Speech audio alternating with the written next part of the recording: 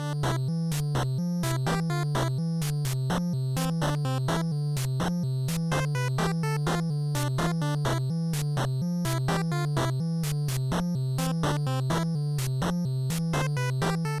was sure that Geoff would have something to say, but he's decided that He's too scared. Because Neil beat him. Yeah. He can't say he can't face the music. Got him. Yeah. I can't say deal with anything because another chase down. I skipped out on the last one, and I'm sorry. you got Well, then vetoed, sir. It's different. I had a better offer on the table. So, you can welcome Podcast everyone radio. to the wrong podcast if you want. No. No. Did you say me go, Neil, or did you want to Yeah, go? brother. No, you do it. Yeah, brother. Yeah, brother. Yeah, brother. Hello, you absolute legends. Oh, fuck. Sorry. Hello and welcome to another episode of the Play It Up podcast. This is episode 50, part 2. It is the 30th of July. And coming to you from Brisbane, frickin' Tasmania, and Melbourne. What part of Tasmania, Dack? I just think of it as all the one place. Well, it kind of is. I'm from Glenorchy, which is pretty close to Hobart. I must say that a lot of friends and family have quite enjoyed your pronunciation at the Mario Kart comp. Fa-zack-er-ley. That's me. Fa-zack-er-ley, that's good. That's a classic. a good song. Yeah. Tasmanian, best rapper in Tasmania. That's right. A winner of Mario Kart, boys. Anyway, Classic. We've got Dennis. How are you, mate? Hello. Hi, everyone. Thanks for having me on this episode. Oh, that's all right. You're welcome. On your own podcast. It's not mine. How you going, Neil? Stroganoff? Yeah, good man. Yeah, good to be here, and yeah, Woo. looking forward to the episode with the pressing the points, boys. Yeah, excellent. We've got Des from Pressing the Points podcast, Danny Fa-zack-er-ley, and Matthew Teccachino. How's it going? Living the dream, boys. Living the dream. Wow. There you go. Well, you would be. Look at those shelves behind you with excellent curated collection of video games and a weird, ugly, gross Donkey Kong cabinet. Sorry. It's not what's behind me that matters. It's the charming, handsome, fantastic people in front of me that I'm looking at that makes me happy.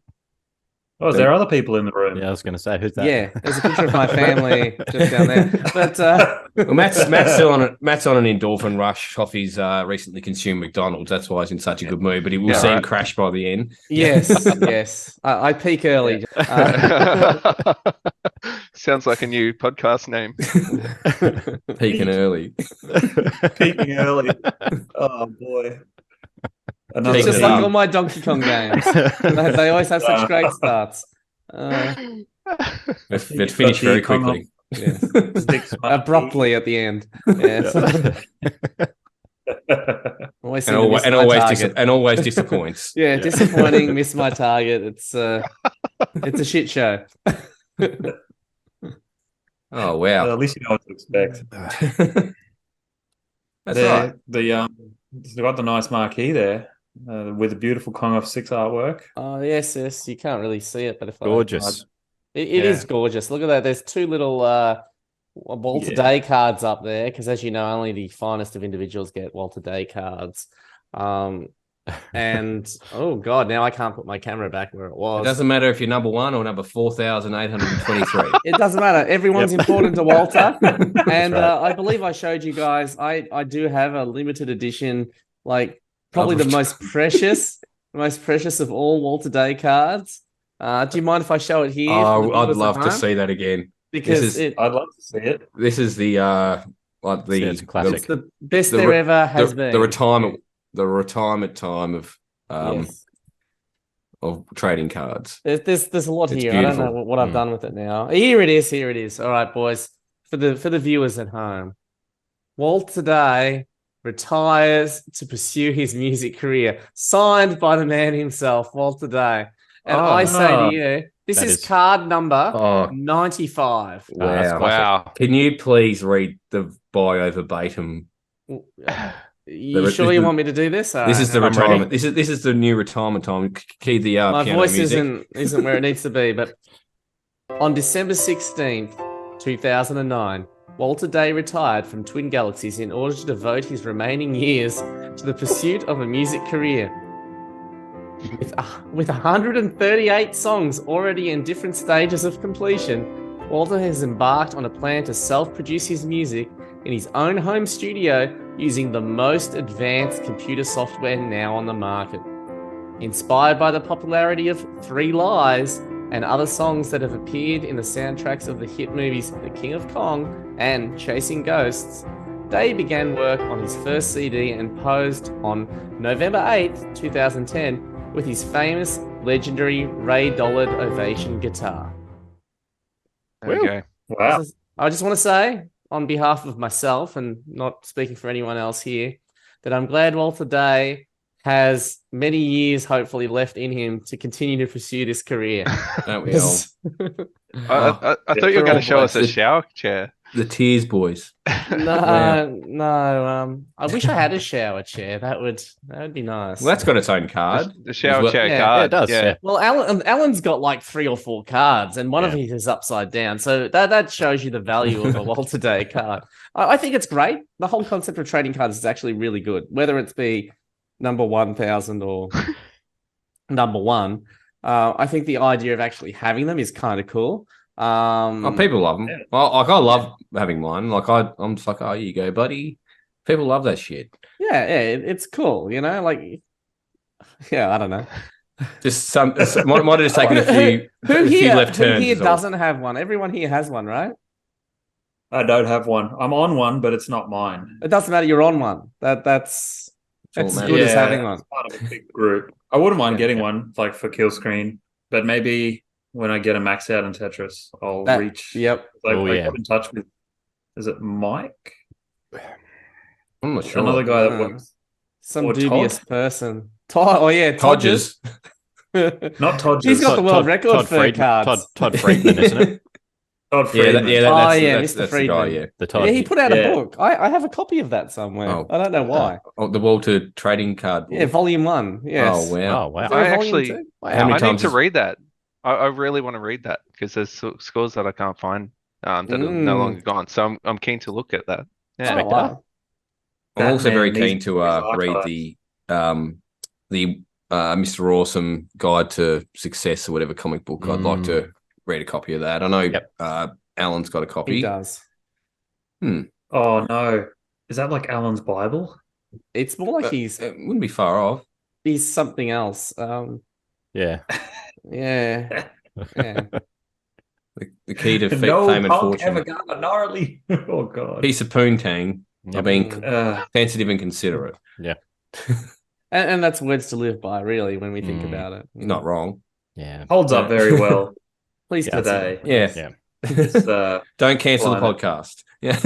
Not our Only words. quoting. They're not our words. and we don't condone them or agree with them. No, we do not. Oh, and moving on anyway, I guess. So Yeah.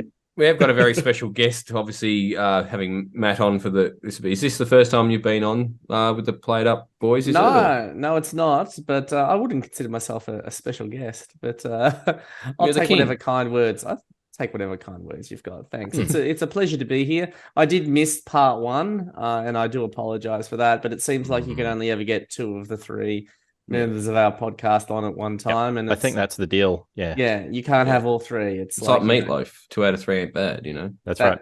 The man you, yeah. But yeah, we like have all of you on.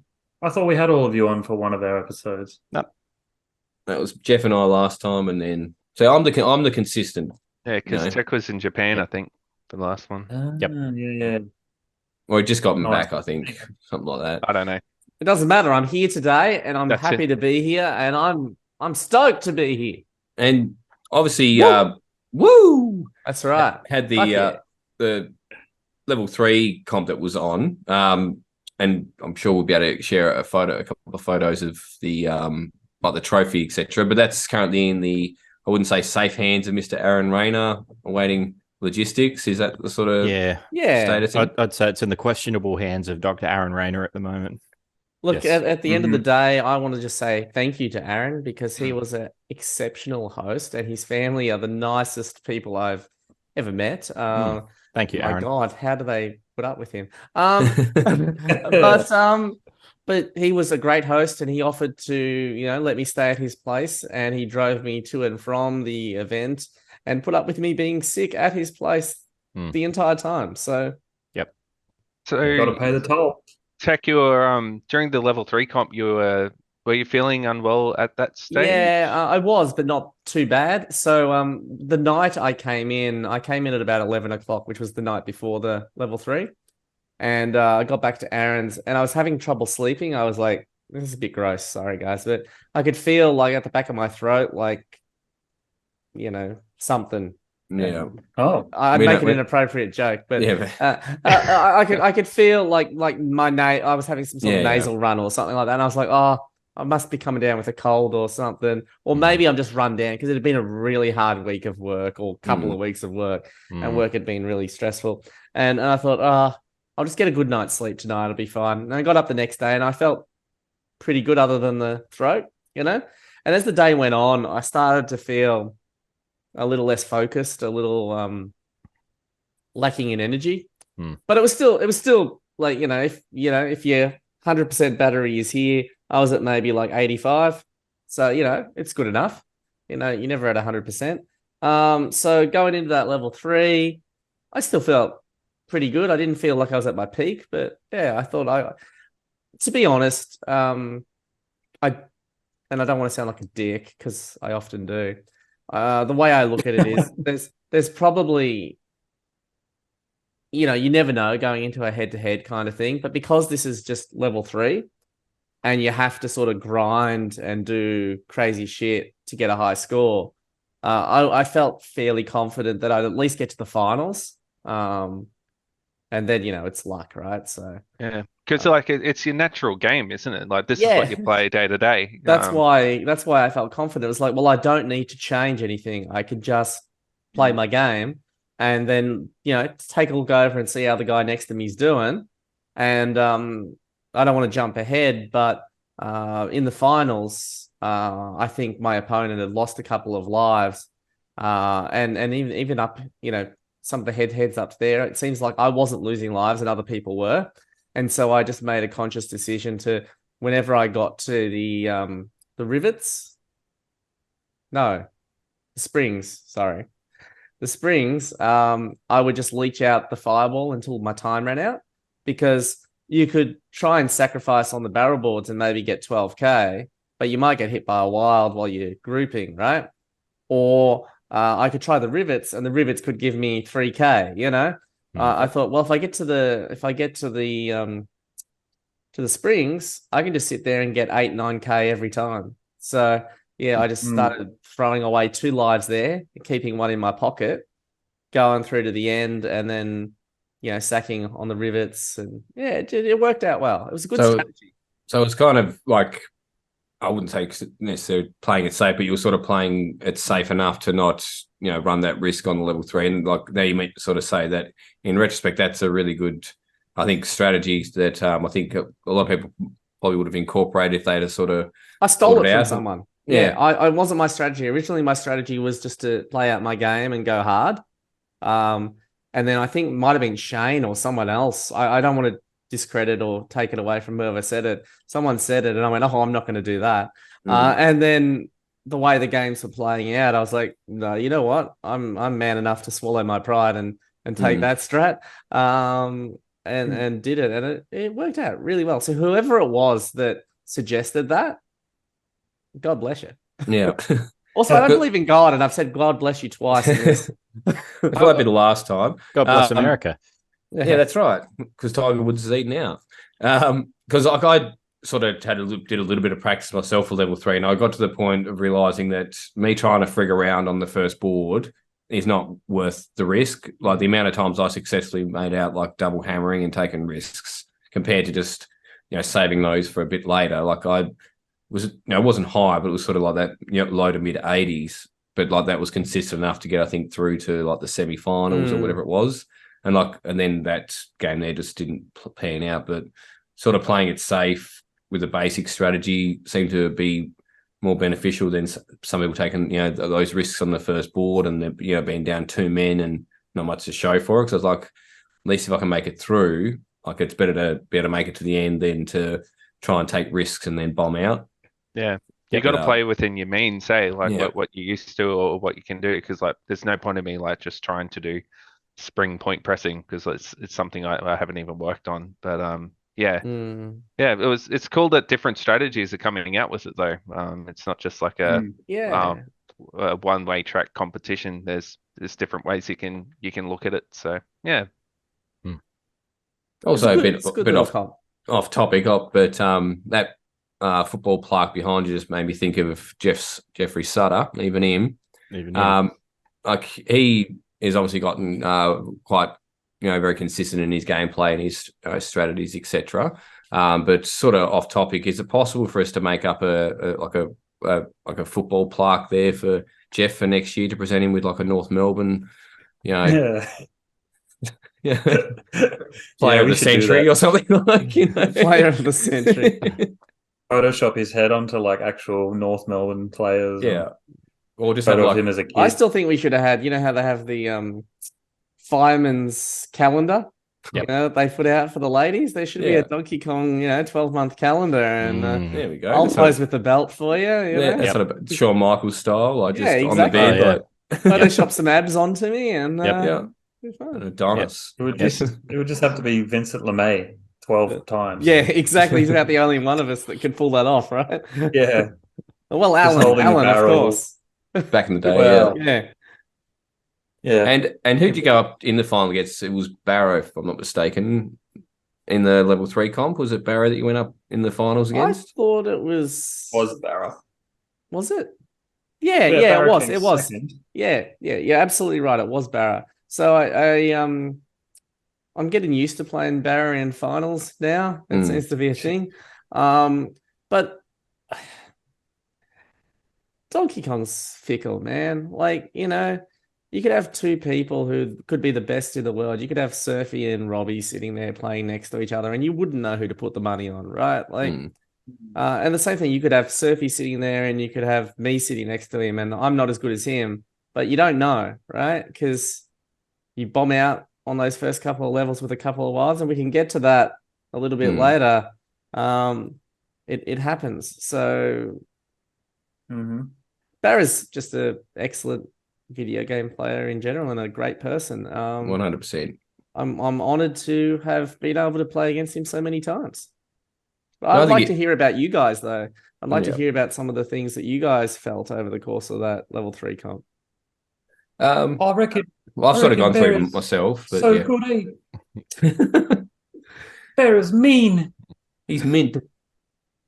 Okay, let's start with Dennis. Dennis, what was your strategy and how did you feel about that? I just ran boards and hoped I didn't die. And I think I won a match, maybe. Against who? I'd have to look at match play. I'm not sure, but I couldn't tell you. Is it anyone here? No. Just for anybody listening to this episode, the level 3 comp that occurred on the Friday night happened directly after the ANZAP presentation ceremony that we had as the kickoff ceremony for BPAC 2023 for the arcade side. Up there, they were serving champagne, and I did partake in a little champers, and so I don't remember a lot about my game, so to speak. So I do remember Neil Cairns being inducted into the ANZAP Hall of Fame. So again, Neil, congratulations. Awesome. Well deserved. But as for the L3 comp and my games, I can't remember. So, but I just do remember there was running boards. Yeah, it's good for you. Just a little every now and then. Look, I didn't really feel like I was at the experience level with trying to maximize with leeching on barrel boards yet to get where I needed to be with score, and so I thought exactly what Dack said. It was just the level of risk was too high, and I wouldn't have made it to the end of level 3 if I did do that.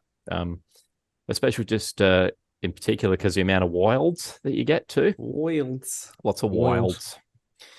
So I didn't feel comfortable with that, and I just ran boards, and it was enough in one game. But then I think I got 2 strikes after that, and good night, nurse. Was all done. 1-2 cost the zoo. That's it. Yeah, left, right, good night. Yeah. Yep. So that was me. Yeah. What about you now? Yeah, I did okay. It was. I don't take it too seriously, the level 3 comp, because it's the first time we're all getting together as a Donkey Kong crew, which is really what it's about, I feel, and just to test the games out, really. And but I won 2 and I lost 2. I can't tell you who it was that I played. I know that I got the Gormless award for playing John Tannehill. And I finished level 3 with I think it was 2 or 3 lives in the bag. So that was a hell of a hiccup. Take that, John. Yeah. Have you got your jammed in there with you, buddy? I've got a copy of one here if anyone wants to see what it looks like. Yeah, it's actually in the kitchen. I've got it on like a little podium. So where it belongs. Right? Yeah. But yeah, no, it was an awesome night.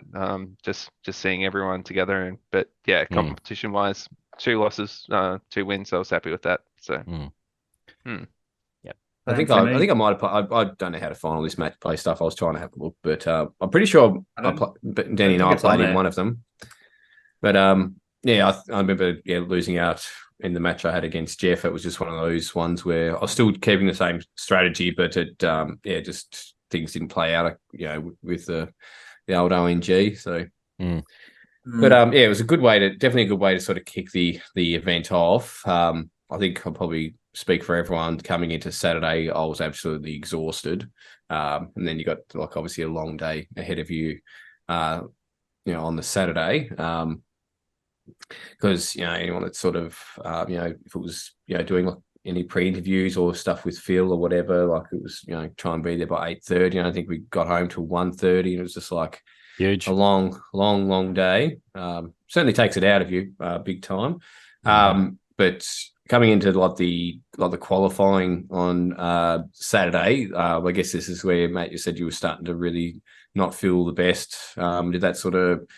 Was that sort of waking up on the Saturday that you were feeling that way, or how did that sort of play out? I had a lot of trouble sleeping the entire weekend. In fact, up until about yesterday or the day before, I was having a lot of trouble sleeping in general because I'd just be waking up and coughing up my lungs, and it's not the best. But the Saturday morning, I got there and I said, you know what, it's qualifying, it's not finals. Don't take it too seriously. So I didn't bother trying to get on a cab straight away.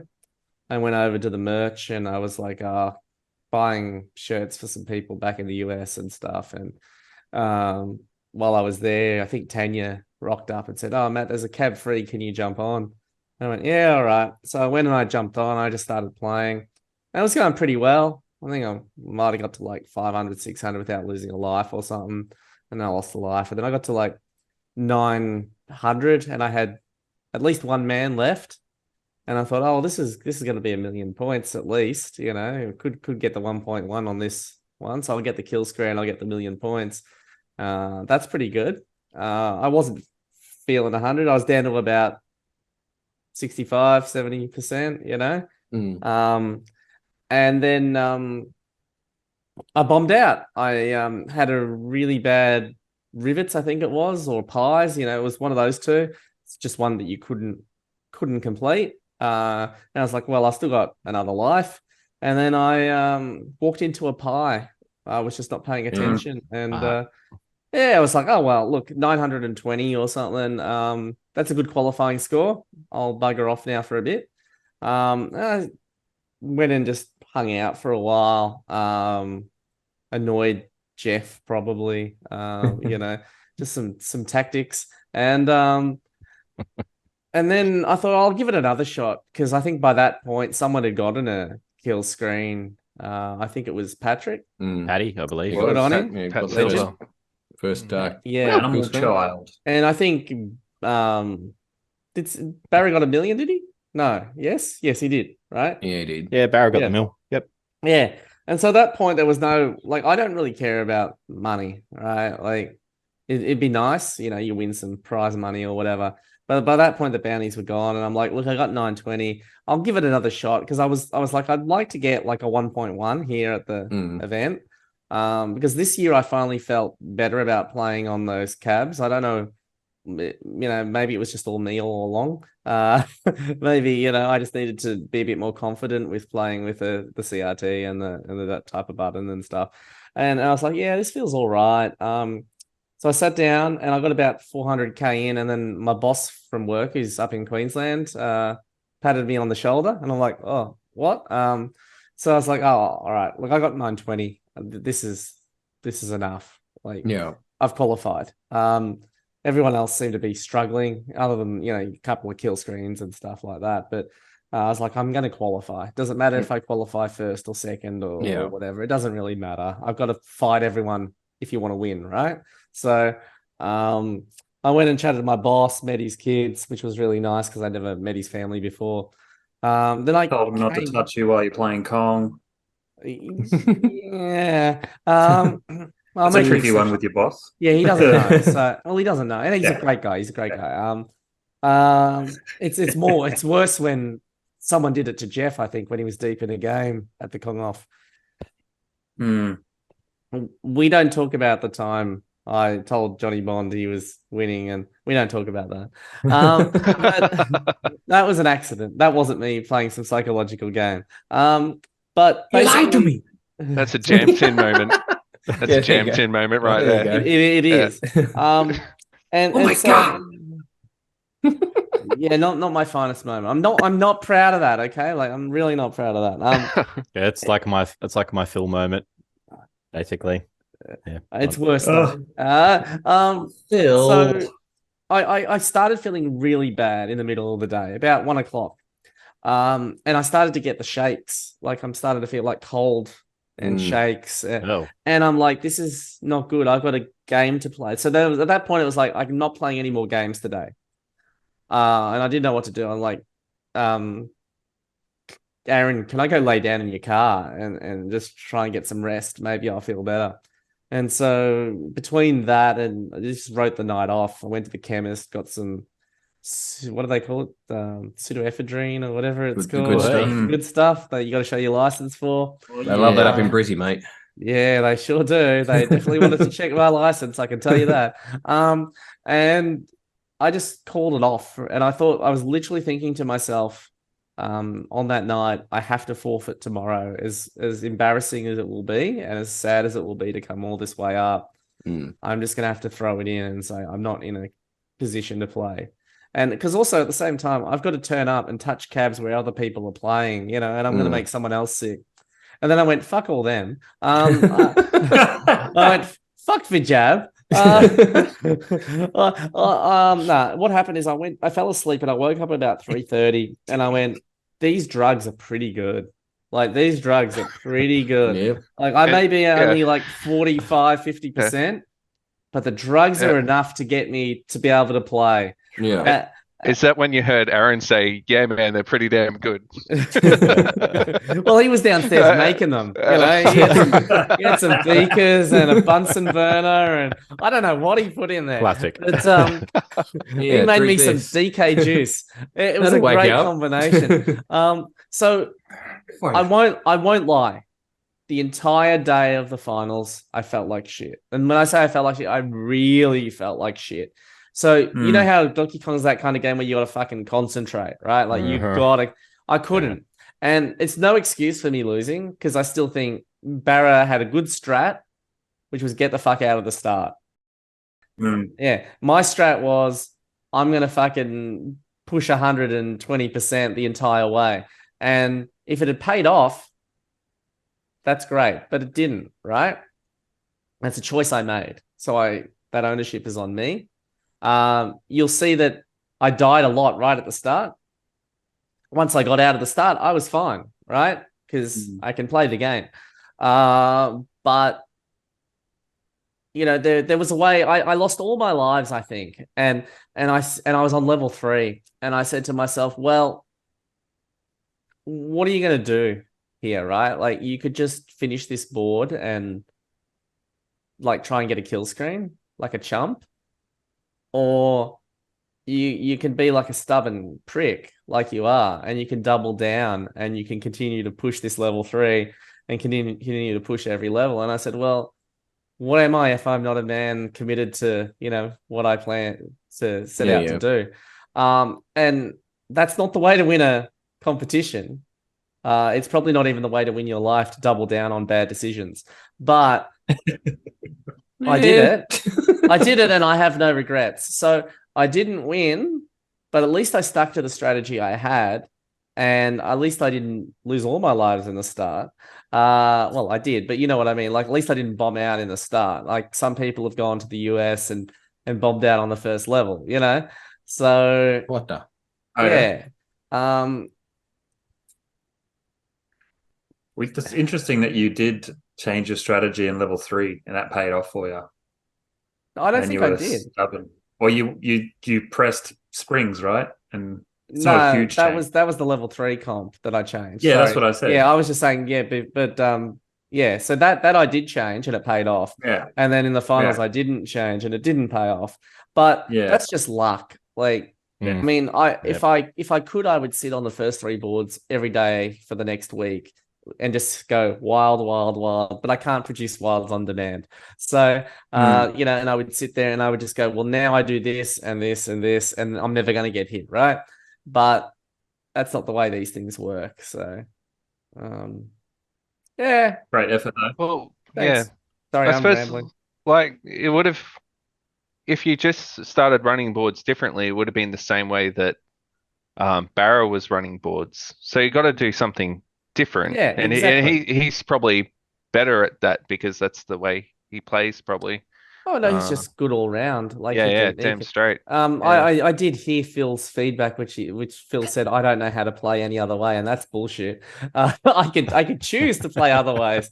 I just don't want to. I think there's a great photo of this discussion happening at Netherworld, actually, with Kibby just being like, I did sneak a photo because like it was pretty tense, and like I think Matt, you might have said in that photo, like, I think everybody could mistake Phil for my dad. not wrong. I felt like I was being lectured to by my dad. Yeah, we both got grey hair. But I was like, I hope this is not my future. No offense, Phil. I hope this is not my future. And he's not that much older than me. But I think there's something to be said. If you're going to lose, at least lose on your own terms. Go out on your shield. Like, don't drag a game out.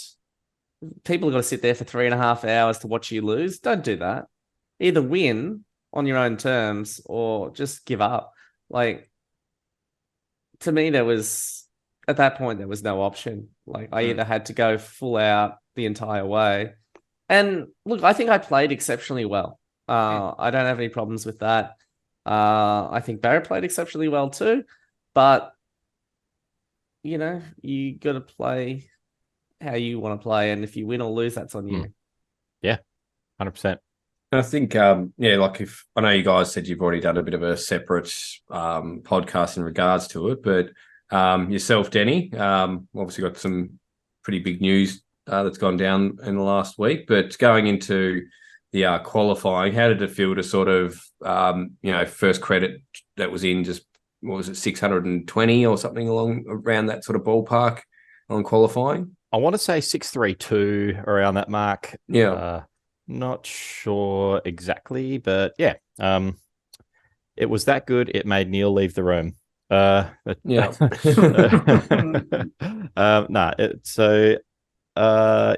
first credit. I tried to get myself in the right headspace to just sit down and play a game in that sort of environment. It's kind of funny, like playing in a Kong off, that you need. I know for me that I feel like I need to be in a certain headspace to be able to play effectively in that sort of environment, and the qualifiers were no exception to that. Like, it's loud, there's lots going on around you. You have to be you have to be very focused. And I think I really identify with what you said earlier, Matt, that that even though you were feeling unwell, like you had to, and that your level of focus just was at like 50%. I can imagine how difficult it must have been to try and lift to the level where you had to get that focus to be able to play a decent game, and that it must have been very bloody hard for you to do that. Because I felt fine, and it was hard for me to focus and play a damn game in that environment as it is. But one of the reasons why Kong Off is the event that it is, and why everyone thinks it's so cool, because it really tests you, 100%. So I got myself in what I thought was going to be a positive headspace to try and play that morning, and dropped a credit, and half of it's up to you, the other half's up to Kong. So I had a pretty good run, and the first coin drop, a lot of people were playing. So I think around about the 300k, 400k mark, I noticed people starting to get up and head off and that sort of thing. And so I was feeling pretty good that I was at least still hanging around, and I was still playing, still climbing in the points tally. And in the end, I made it to 630. I think I was originally sitting next to you, Shaun. 632, 200. Yeah, you were sitting next to me, and I was looking over to you. Yep. And just Denny's having a good game here, and I just doing Trent quotes the whole time, I think. For each other. So get the fuck much up. And when you're like referring to, I think we all would have realised that a lot of players that are Killscreen players or proficient players were having a real hard time getting out of the gate, so to speak. There's a lot of players that were sort of stuck around that sort of before they sort of got a good at least decent game on, were sitting around that 300 400 sort of point threshold, 1,000 point threshold. I know myself, I just could not get that sort of past that, over that sort of hump. I'd had a couple of games that were going too bad, but then it'd be like a double, rivets or double, pies. And as soon as you have something like that happen, it really takes the wind out of your mental state when you're playing. And I think, I'm not going to use any excuses or anything, but it's just I couldn't get past that threshold, which I knew I could do better than. And it was just, and the more the day goes on, the more frustrating it is. And it's like, you don't really want to have to be putting in the credit at 9:30 at night when you've been there for 12 hours. Funny you say that. Yeah, that's the worst, isn't it, Shaun? It's called the play. It's called the Play It Up special now, I think. It's happened two years in a row. Yeah. So Mikey. I was going to ask you, Shaun, as well. Like with level 3 comp and qualifiers, like it was your first Kong Off since 2019, and so what were your thoughts, and how did you feel in the lead up to it? Was it exciting to be a part of again? And like, I don't know, just tell us about your experience. Oh, it was great. Just like walking into BPAC for the first time. I'd never seen it at Brewdog, so I'd seen photos, but it's a different thing seeing the beast up close, and it was just awesome. Like helping set up, getting the stuff ready for the 64 comp, which we'll talk about later, and then just seeing everyone again. All the mates, people I haven't met before but have talked to a lot online while I was overseas in Germany, and the Friday night chats on the Game the System Discord, like Awashawa, Pat Mortis, aka Awashawa, and the other Pat, Animal Child.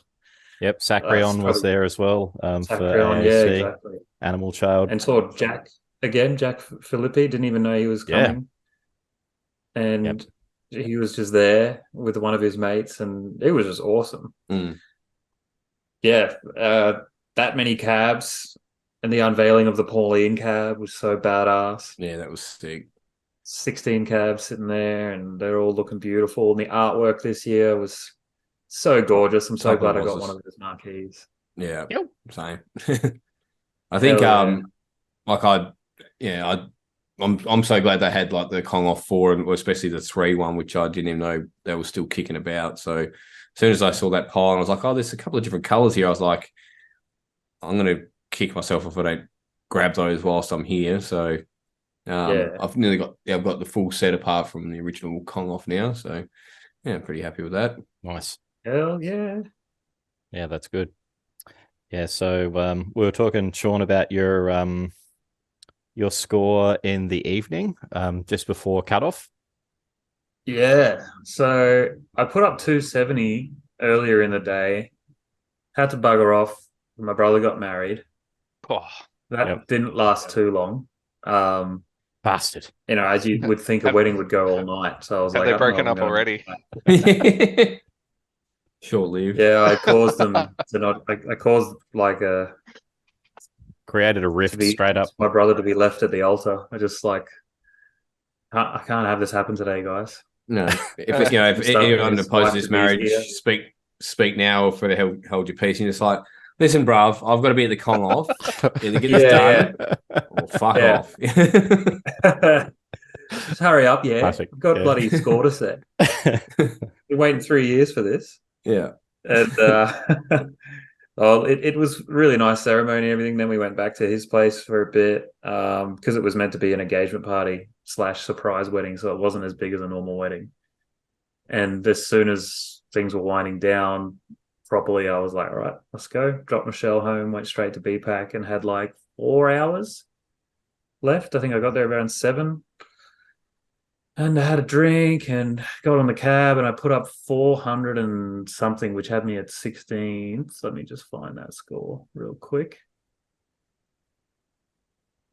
I think it was low 400s though. Put that score up and I was like, yeah, I'm not safe. Yeah, 411, 200. At the time, I was 15th or 16th. And that wasn't going to cut it. Now, Luke Bushell was there. He wasn't going to come because he was had a sick family at home, but he was fine. He actually wasn't sick, but he made legend. it. Yeah. It's so cool to see him. It's been, I haven't seen him since I've been back, so it's been years since I've seen Busho. So cool. Just heard his familiar voice say something to me as I was playing, like, put up a score. What's on your deck? Yeah. Fuck off. It was yourself and Pelly were in the same boat, literally at the same time. Yeah. Like, weren't you? Yeah. So Pelly put up 546,000, which at the time that might have actually pushed me out of the 16, but I was still going until cutoff at 11 p.m. And that's when Denny took a photo of my score, and that's what got entered. But I kept going until 770, and I would have loved to get a Killscreen, but just got reamed by 3 fireballs on barrels and waiting for the top one to get out of the way, and then 2 others came up to join the party, and had some bad on. Not even Matt Tecchio himself probably would have survived that one. No, bad on. Maybe bad on. Maybe he would have, but yeah, most people wouldn't. No, most losers like me wouldn't. So, oh mate, come on. And I suppose one thing I'm quite intrigued in, no, it might be jumping ahead a bit, but we've got yourself on the main stage. So with the like N64 comp, like how long back did the pitch of it happen, and how involved with like Carl, for example, for formats was it, or was it sort of you just took the lead role and he was sort of coming in to be like a co-host type thing? Yeah, so I was kind of just told that he'll be co-hosting. I didn't have any direct contact until like kind of the day before or 2 days before. We actually had a phone call, which was kind of surreal to hear him on the phone when I've just been watching his videos. Does he talk like that in person? No, not the same. He sounds like himself, but he doesn't have the same. The same. Like, he doesn't do the journo cadence, sort of the thing. cadence to his cadence. Yeah. Hello, Shaun, you absolute legend. I wish he said that. Oh wow. I actually just answered the phone like, "Hey, what's up?" It was just like very casual. So yeah. And it was there you go. Yeah, and I could just told him what we were planning, like the whole 9 strikes thing, because that was Tannehill's idea, and I agreed, and I thought that's good. Everyone gets at least 3 rounds. They get their money in time's worth. And it went really well. I think that format was perfect. Yeah, it was cool. Without Tannehill and Kibby helping me run things that would have been harder, and without Dennis helping me put everything, to make it look so pretty, that stage looked awesome. The whole fucking stage, It looked amazing. And I that's one of the unsung heroes of BPAC as well as Kibby. He's obviously great at doing the the OBS layouts and stuff like that. But when he's doing, he's got such a great voice for commentating. Like, it's one of those people like, you don't realize it when you're talking to him, but like because he understands the game so well and he knows the players, but also he's just got the perfect voice for doing that stuff. And it's like right on, it's just, this is what's happening. This is the player. This is what to expect and all that stuff. And just like, the fact that he could, do a lot of that stuff on the fly, I thought it was just unreal. Like, on top of all the stream stuff he'd set up, it was just the perfect sort of commentator, I think, for a lot of these sort of events is Kibby. So big shout out, big dog. Yeah. Bruce Mackakibby.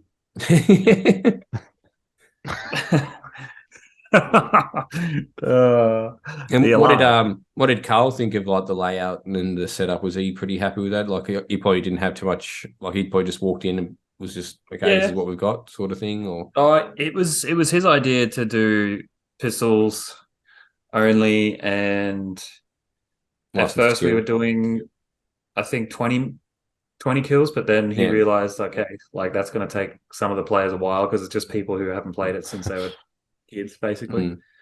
So then we changed it to 5-minute rounds. That was great. It was, that was a good idea, I think. And he just said that, like, when comps that he's been to, and you put it at 20 kills, like, there's not these skirmishes that you see and people like shooting around and missing and stuff. It's like when it's a pro sort of tournament, people on his level, it's just like you see each other and you're pretty dead. quick.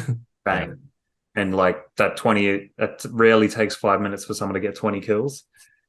And the biggest thing he said was that it's the screen reading is the biggest part of like knowing where you are in relation to other people and being able to either stay out of the way or sneak up on people. And he never said screen cheating, because it's not. It's screen reading. It's just the way that game is played. That's how you play it, yeah. And I think like the only level that me and my mates used to play for the most part would be facility. So, and I think that levels like basement and stack and stuff like that. Like I had like whereas facility, I could be like, I know exactly where everyone is. Whereas on level that, I'm like, I don't know where the hell I am and where they're coming from. So so I only got to play facility once, but when I did, it was pretty sweet. But apart from that, it was kind of just hoping for the best, and get the old on the knees and get the slap going, mate. What a classic! That was classic. That's a good slap. Nothing like a slapper on their knees, mate. I'll tell you what. Was there any slap deaths? Yeah, man. That was good. Fantastic. Yeah. They're the scariest ones when like you're trying to shoot someone and someone's like coming down with like doing the slap because it's instant kill and like you can't aim down. They're just like sliding along the ground. It's like it's scary. It's like that's some nightmare fuel stuff. It looks really weird. Yeah, it's very unnerving. It looks really weird in real life too. There's no leg movement, so they just slide forward at you. And there's no like actual seeing the chop. It's just them sliding along the ground. Yeah, all you can see is like the window below you is just a hand going like that. It's classic. Yeah, so that was we'll loop back to that in a sec, but to finish off the qualifying day, did you guys have anything else that you wanted to add that happened or it's worth a mention? We should mention Geoff's game right at the end of the day. Yeah. 9. What did he get? 940 something, didn't he? Yeah, because he really wanted to get a kill screen. 944. I know that was he was really, really wanted to do it. And he did it at the last minute, and it should be called out for the effort that he put in. It was huge. And the reward that he got out of it was huge. And bravo. And well done, Geoff. Yeah, and 100%. He put up a bigger score than me, and I'm sure that made him feel very good. Yep. We better ride that for some time, I reckon. I'm pretty sure he was just running boards too, and he got something like 940. It was a huge score for insane. running boards. 300. Yeah, he's insane. fast, eh? So good. Yeah, and I think not there to fuck spiders, is he? That's right. Fuck no, not there for a haircut. Geoff. Not there to shave wombats. One of the things that I'm pretty sure I mentioned to a lot of you guys, like after the qualifying day and after the Kong off, and some of like the interviews that we did separately, was Pelly was in a very similar spot as to Shaun going into like the last set of games, and I was having one last attempt at trying to get like a decent game. I really wanted like a 500k plus, and I think this is probably around about I think you and Pelly must have started around about the same sort of time. It wasn't too far apart type thing. And I think he just had a game and he bombed out. It was like 330 or whatever. And I was about 150k into a game, and like he was just sort of, we're sort of chatting whilst he was playing. And I mentioned that, he sort of just sat there and he like said like either out loud or to me or just to himself, he's like, I can't let my family down. And I was like, oh wow. Yeah, it was like one of those things, and I sort of I might have mentioned it to a couple of you guys in the interviews and stuff like that.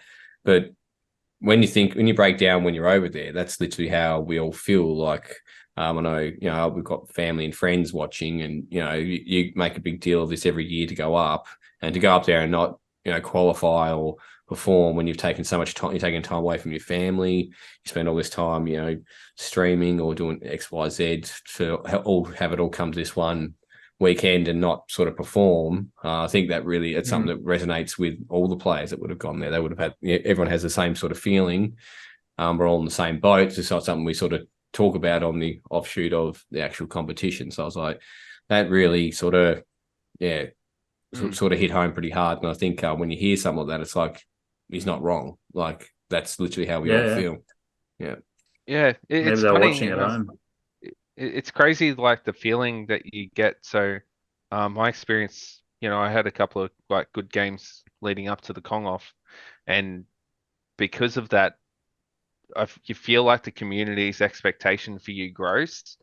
So, I was really struggling to get I was like a few other people having like 300k games and then kind of bombing out, and then every time that happens, you feel like the pressure build upon yourself, where like it's funny because like anyone in the community probably doesn't give a fuck if if you get into the 16 or not, but like that pressure on yourself just like intensifies. And yeah, I was really struggling. I ended up getting past that 500k mark, and like I just felt like everything just like wash over me. Yeah. And then like I was able to actually concentrate properly on my game. So yeah, totally understand that. Yeah. And I suppose keeping on like with yourself there, Neil, I think well, I know me personally, I think a lot of people would probably say the biggest moment of the entire Kong off was that game you did have against Geoff.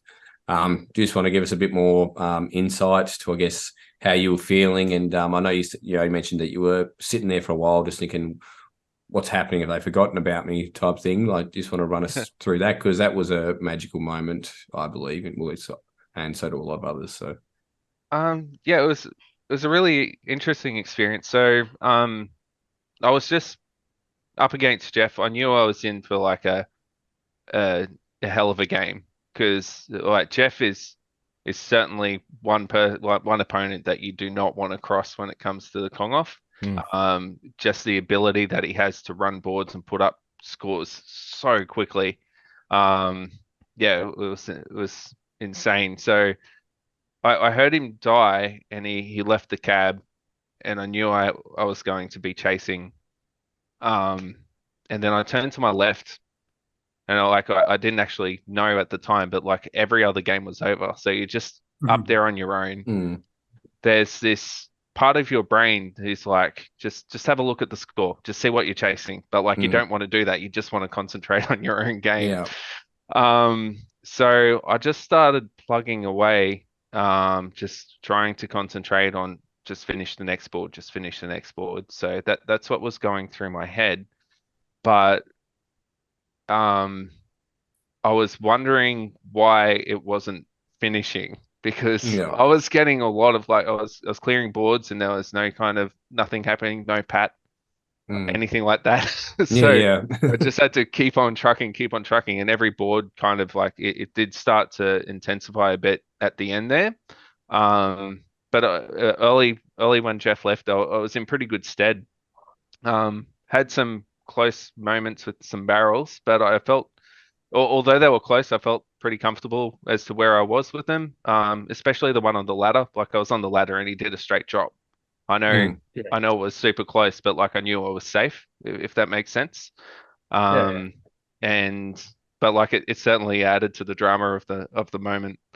But yeah, I finished the board and everyone started cheering, and I didn't know if it was something else going on, because there's a little award ceremonies that go on, and there's little other events. So you're sort of thinking, oh, this might just be for some award that's going on behind me, or exactly.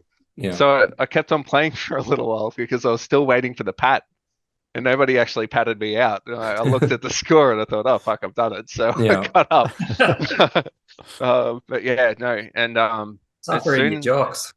As soon as that happened, it was really weird. That's when the adrenaline for me really, really kicked in, as to what happened, and the celebration after that intensified that as well, because a lot of people were there giving me hugs, and there was a moment there where I was trying to get to the crowd to get to Geoff as well.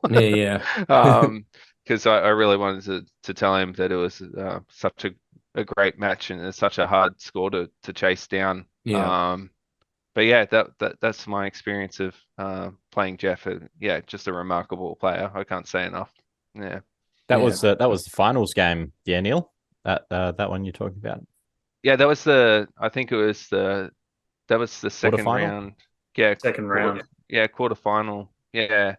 And then I tried to compose myself to play tech, but I was still shaking from the Geoff, and it was great. They thanks, Geoff. Not to take away from our game, Matt, but I wasn't in the mindset to. It's fine. To play you at that time. I still put up I think 330, which it's not that bad of a score.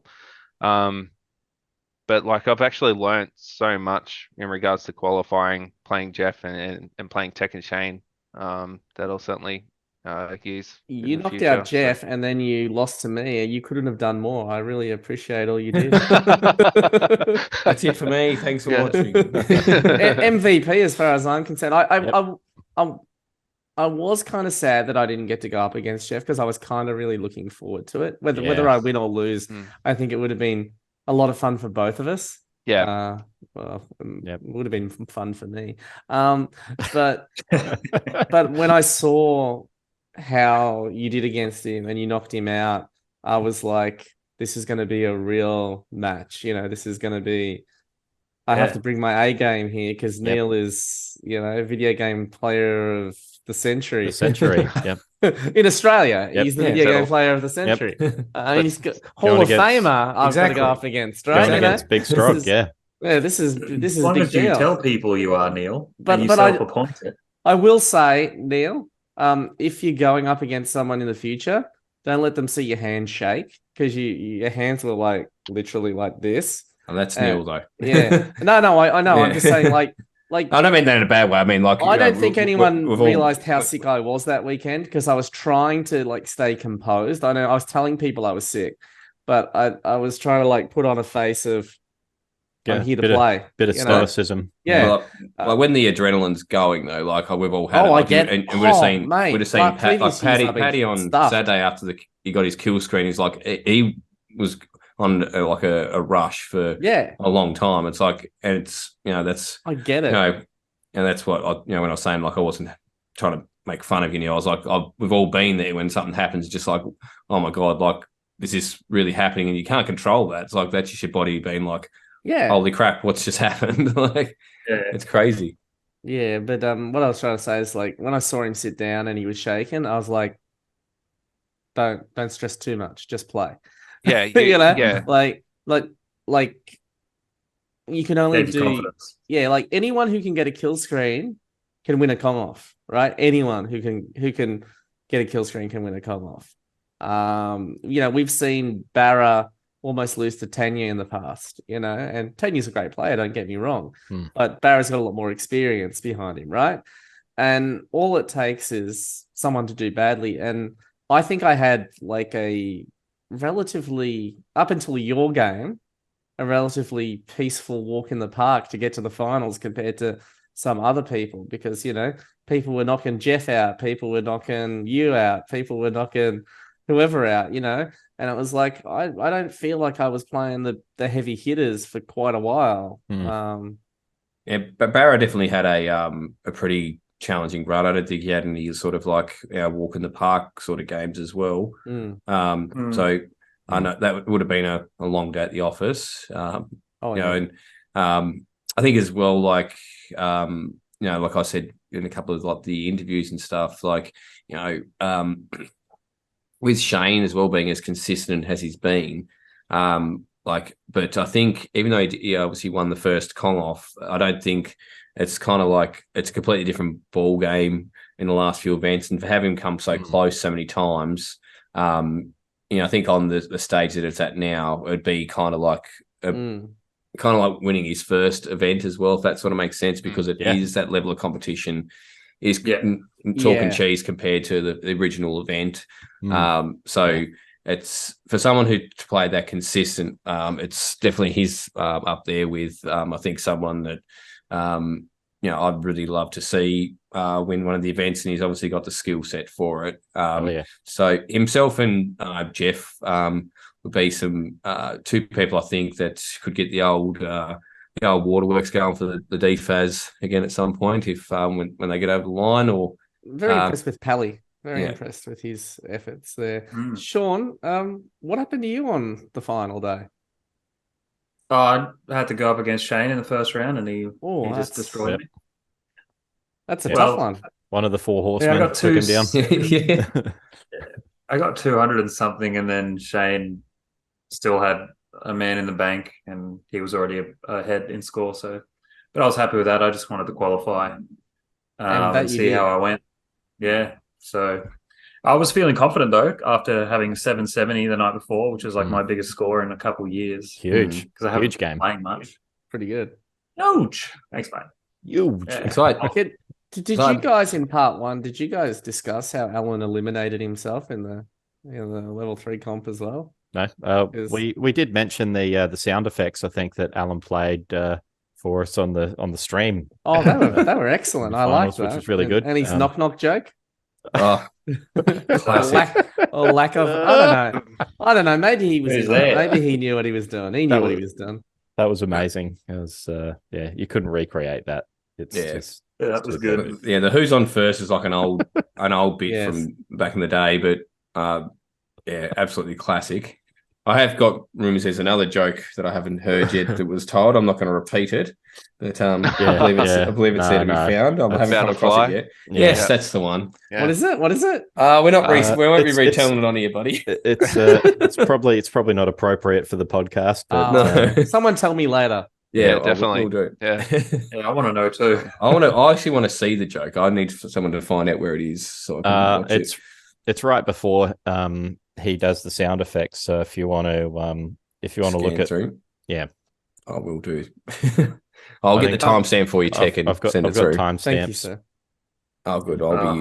So long and short of it, all the Kong stuff was great. It was great. Congratulations to the winner.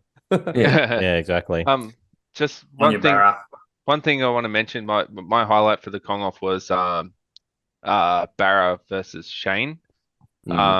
That was such a massive, what a game, an awesome match. So biggest game. It's got some history behind it too, because 2 years ago in the finals was the first time that Barra and Shane met, and unfortunately Shane bombed out badly, and he was really hurt by that match that he had. So for him, although he lost in this one, to put up like a really decent fight Actually, the best fight we've seen in Australian Kong history. Yeah. It's just remarkable. So 100%. So props to that.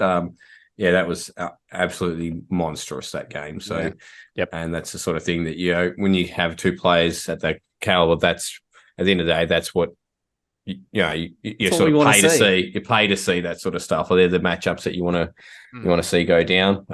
And obviously, whenever you get this, you call them the four horsemen. Whenever they're going against each other, it's like anything literally can happen. Changes the strategies, all that sort of stuff. So, being able to adapt and overcome. Big cage match. Yeah, huge. It's so close to seeing. We're so close to seeing a Killscreen finish in the finals. It's so close. I can't wait. So cool. I hope not. That's 3.5 hours of shit. So much. For you. For you. For you. The score on that Barra and Shane match was 864,000 for Barra, and Shane was chasing him but got to 744, or maybe he died and Barra was already that far ahead. He did. Yeah, it would have to be. Yeah. That's crazy. That is a redemption match for the ages. What a huge score! Oh hell yeah! I can't do if that. you get that score and you lose, we've got a problem if more people start competing. The thing's going to need 3 days to finish. Yeah. Just more cabs. We'll absolutely. We'll just get more. Dennis needs more. Yeah, there's one for sale. I just saw a few minutes ago in Queensland. It looks terrible. Yeah, I saw that what one. What the hell's that? We should bring that in. Fix it. Heal it. Yeah, we can set it on fire for everyone. That would be actually if we could get one of those and put it in the car park at the back of Brewdog at the end of the night and just bonfire it. Hit it with That'd be great. That would be really therapeutic. It's not about. I suppose we've probably exhausted our Kong, but obviously recently a big momentous occasion for our young friend Dennis Edmonds. Got the Killscreen monkey off your back. I believe was that last weekend? Was it, or was it during the week? It was this Friday, I think that I did it. Thank you, by the way.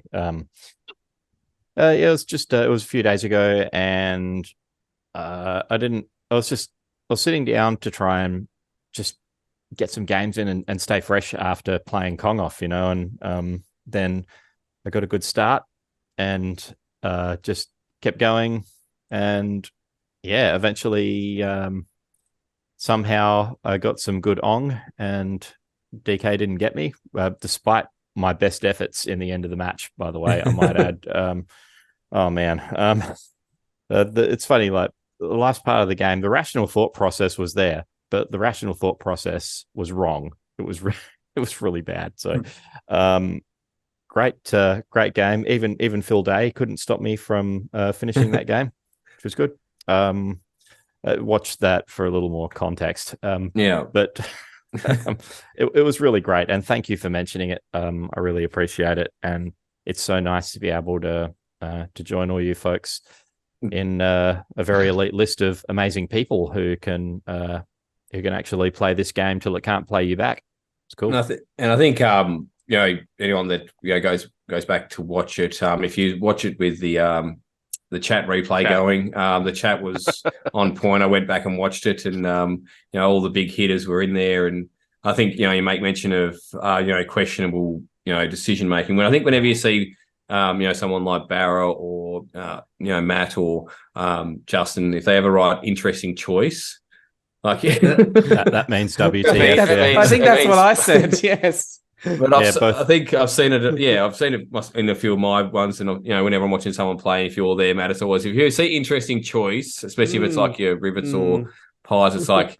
You've done something that's like Alan-esque, It's not that. Look, the thing with Donkey Kong is you can make choices that don't look like they're logically they're not the right choices, but DK is not a logical game, so sometimes those illogical choices work out. So it was purely on instinct, that last level 21. As a side note to the agenda that we've got, sorry. I jumped across to try and grab the hammer because I thought that would be the safer play with two. I had left side locked off, 3 on the left, 2 on the right still in play. And when I jumped across I had one on the top level next to Kong and another one at the level below where the last riviet is that you have to go down and pop. So when I jumped across, immediately the tater on the right came up and the one above where Kong is came down. So they were both on the same level. Immediately after I jumped across to go and get the hammer, I thought, the safest thing I can do is get the hammer here. I don't care if I just get one of them. Even if I put one of them out of play, I can still just, it's easy sailing for me and I can go on to level 22. Didn't work like that. And it was a little bit scrappy at the end. And I was just lucky that it worked out the way that it did because I got one to climb at the last second and I managed to sneak through. And oh boy, it could have ended up so much worse. Man, it was, not the best decision, but at the time, to spur of the moment, worked out. I did it, and yes, far out. Fuck yeah! I was pretty happy. In the end. Fucking time. It was good. Yes! I think I controlled myself well at the end. This podcast is 100% Killscreener. It is. It is probably now. Maybe the first ever podcast with 5 Killscreeners in it. Maybe. Sorry, everyone. I don't know. It's a new world record. Killing it up. Record. Killing it up. But I thought, definitely worthwhile bringing up. And, anyone that knows Dennis or, I'm sure a lot of people that watch the podcast would be obviously aware of, Denny's grinding and things like that. So it was one of those really good, I think, for everyone, it's always a feel-good moment whenever any of us sort of, accomplish a goal type thing. But that was a really good sort of feel good one. I don't know why he didn't cry, but that's probably reserved for the real tough guys. It is, maybe the next one, or if I go for the mill one day, I can hold it in to he's holding it all in still until that moment. What do you mean when? What do you mean when? Can you stop lying to us? Maybe. It's happening. Next week, I'm going to be playing. It's not happening. I just I can't Kong right now. There's too much Kong. So I'm going off to a different game for a little bit to get my breathing space, and I might go back to it. Junior. Justin actually said that to me. That's disgusting. So when are you playing Junior? And I'm like, what's the matter with you? That was classic. What a legend. Yes. So what I might propose, could we just have like a 5-minute break here and then come back and we'll then go through what we've got. Street Fighter. That's right. Yeah. The jitters are getting in. Hey guys, Shaun here. Thanks to everyone who tunes into the Play It Up podcast. We really love doing this podcast and really appreciate everyone who listens. You can find us on Facebook and Instagram by searching for Play It Up Podcast. You can find the full video podcast on YouTube, and you can listen to us on Spotify, Apple and Google Podcasts, Anchor, and more. If you want to ask us a question, you can do so on Anchor, and your question will be featured on the podcast. If you like what we do, please remember to like, review, comment, follow or subscribe, and please recommend us to your friends. Thanks guys, and enjoy the episode. Well, if you've already made it through sort of like that far, we could probably go like from 6 hours plus. We can break down that first qualifying day and then we'll do the finals separately. I'll talk to you about it afterwards as to what you want from the qualifying, and I'm happy to give you those timestamps. Cool. Yeah, because I've got all that free roam footage and stuff there now as well. So and getting a hard drive to Savo, so I'll start getting to work on that, and then work out like I don't know, what do you call it, a storyboard or whatever type thing. But anywho, everyone's back now, so wow, pumped for that. By the way, Dack. Yeah, should be right. Should be good. No pressure. To see what, no pressure, but I can't sleep. Sorry, buddy. It's all right, mate. Go down to the bins near Netherworld, mate. They'll give you some stuff to keep you awake. Those bins at the back of Brewdog were pretty bad too. I just got to say. There's a bit of I like that smell of garbage resin. That was that was lovely. Loser has to lick it next year. Yeah. Cool. Lick it, Lakeman. You've seen the Robocop before, right? You know the bit at the end where the guy gets the toxic waste on him. Yeah. Yep.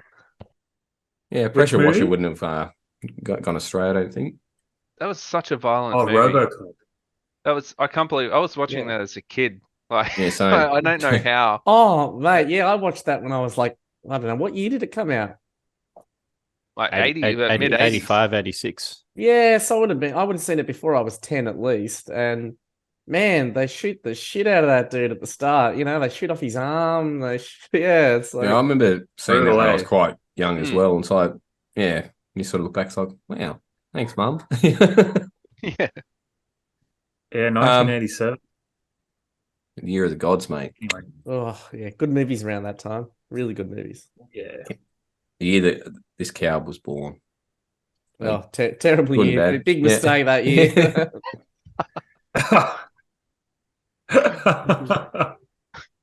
All right. I'm joking, mate. I'm of course, mate. That's all good.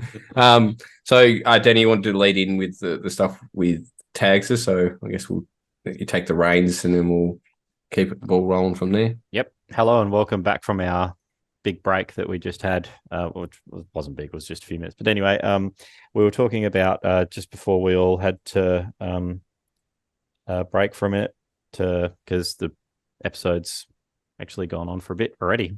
So we're going to discuss a game particular in the finals of Kong Off that was interesting and ironically enough involved me and none other than Mr. Shaun Tagster as well. And we got paired up against one another for the first round of the finals. And that was a very special game because as far as I'm aware, it's the only game in Kong Off history that's ever gone to a tie.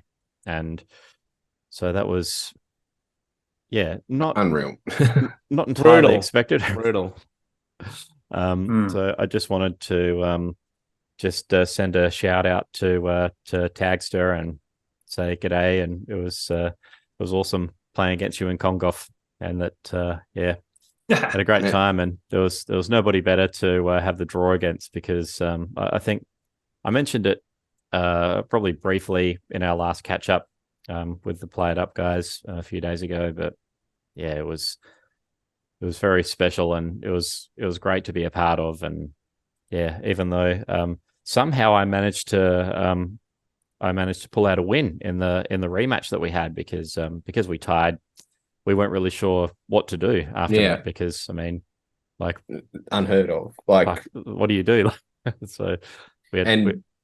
I think, sorry to sort of butt in, but like for anyone of those of you that is listening that doesn't play Donkey Kong, like all the difference was like if he had have cleared one more rivet or jumped one extra, like on that last bit, if he had just got one little, clearing a rivet or even attempted, I think he said he tried to jump over one of the Firefoxes just to get past it because he knew what the score was.